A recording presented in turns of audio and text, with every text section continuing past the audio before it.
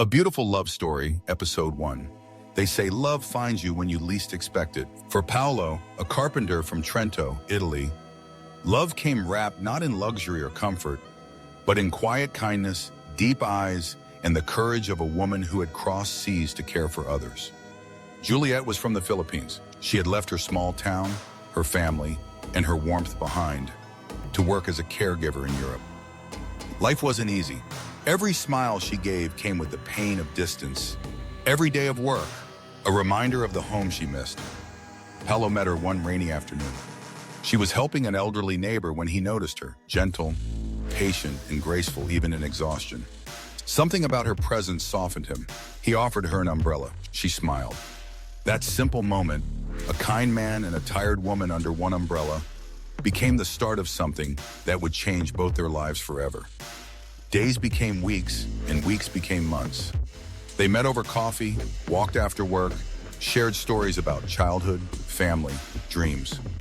Paolo would listen as Juliet spoke of the Philippines, of sunsets over coconut trees, the smell of rain, the laughter of neighbors.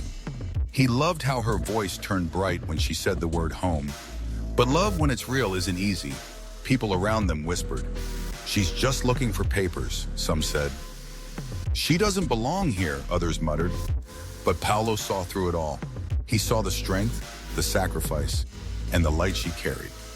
He didn't fall in love with where she came from. He fell in love with who she was. Years went by.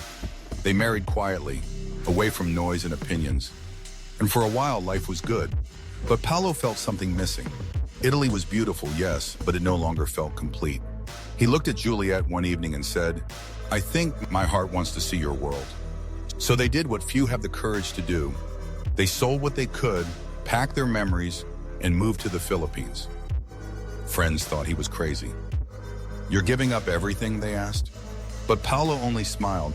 "Sometimes to find everything, you have to give up what you think is everything." The first days were hard. The heat, the noise, the language, all unfamiliar. But slowly the Philippines began to open its arms. Neighbors helped him, children laughed when he tried speaking Tagalog, and Juliet's family embraced him like one of their own.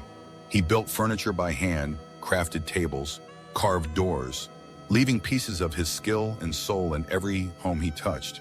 And with every nail, every cut, every finished chair, he built not just furniture, but a life, a new home, a new beginning.